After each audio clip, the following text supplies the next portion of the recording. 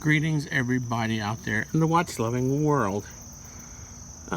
In the last year, before what was it, the watch show in Switzerland,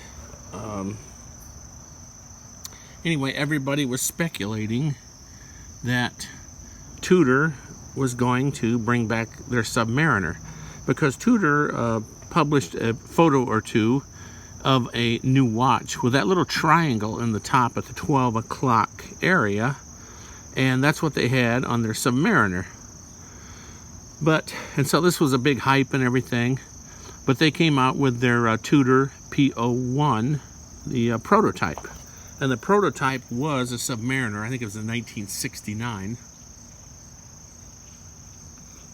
and it said Submariner on it, but it's a watch that was never produced. But 50 years later, they go back into their archives, they pull out the P01, which was a prototype, and they produce it. But they don't call it a Submariner now in the 21st century, they call it a BlackBay, in the BlackBay family. So this is a point that I'm getting to here, is after they stopped making their Submariners, and I think it was about 1999, they came out with the TUDOR Hydronault I, 89190, which was a nice watch. It had a Cyclops on it. I had one and I did a watch video on it a while ago, so you can take a look at that if you want. But they called it the Hydronaut. Okay, they changed the name from the Submariner. And so that one didn't go over. I mean, it's a pretty popular watch, but then they replaced it with this Hydronaut II right here, which is absolutely a beautiful watch in my opinion.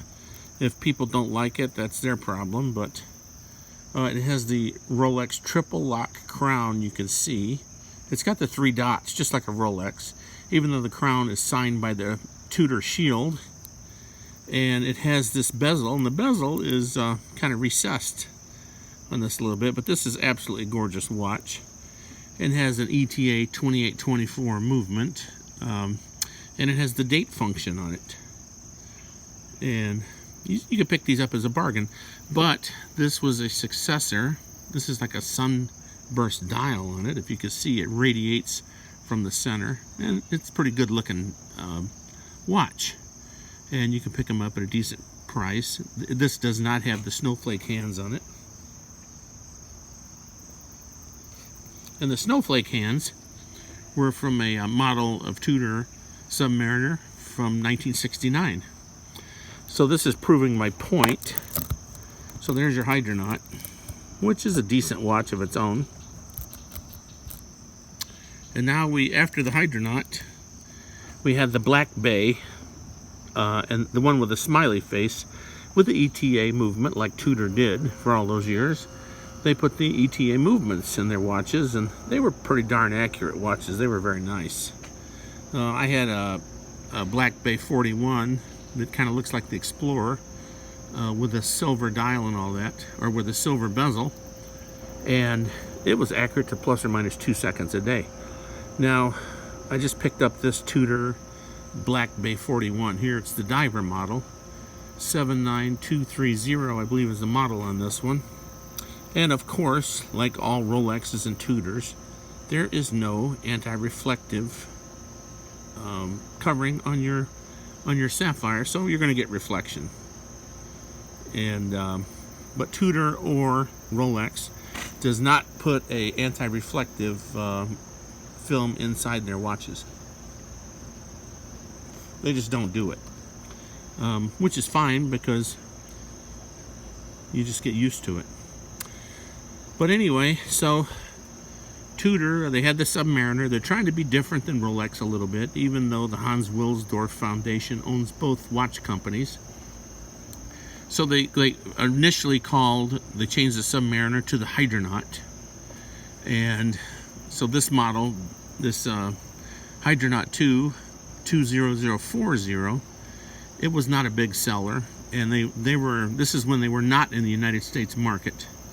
But then they came out with the smiley face BlackBay 41, and then I think it was 2016 when this one came out, and it's it's a chronometer, officially certified.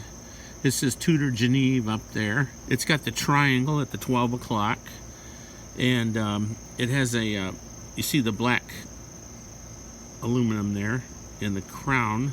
It's a screw down crown. It's 660 feet water resistance. But anyway, I guess I'm trying to tell you that this is the TUDOR Submariner. You can call it by any other name. They call it a BlackBay, but this thing and the Hydronaut is like, well, especially the BlackBay, it's like wearing a Submariner, TUDOR or Rolex from the 1950s.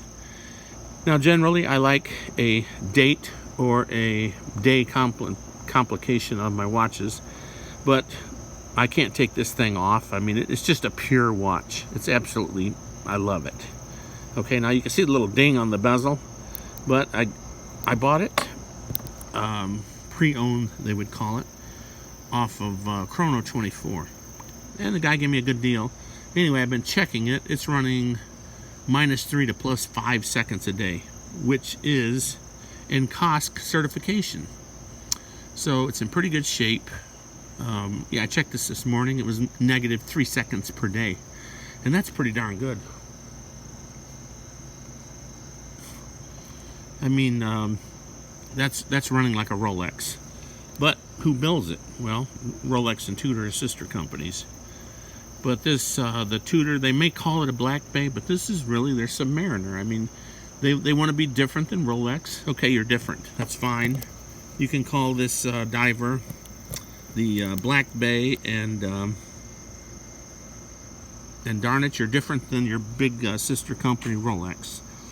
But I'm telling you, if they put the name Submariner on here, this is a Submariner. It just goes by a different name now. It goes by BlackBay.